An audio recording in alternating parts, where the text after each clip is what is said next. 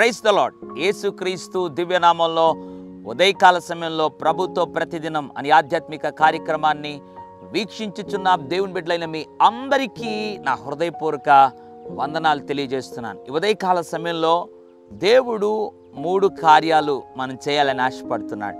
ఏంటా 3 కార్యాలు?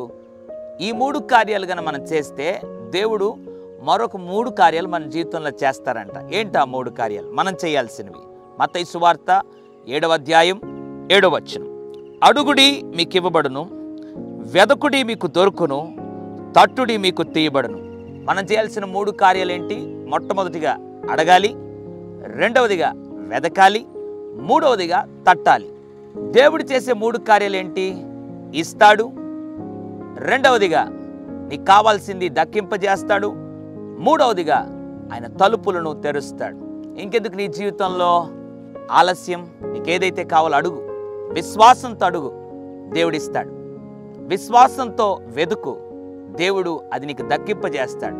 విశ్వాసంతో ప్రభువాని తట్టు, దేవుడు క్రొత్త ద్వారములు తెరుస్తాడు.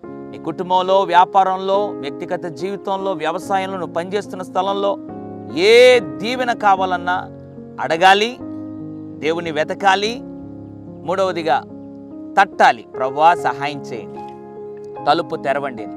ఆయన ఏ తలుపు అయినా కూడా తెరవగలడు. అట్టి కృప దేవుడు నీకు, నీ కుటుంబానికి అనుగ్రహించునుగాక. పరిశుద్ధుడా, ప్రేమగల తండ్రి, నీకు వందనాలు, స్తుతులు, స్తోత్రాలు.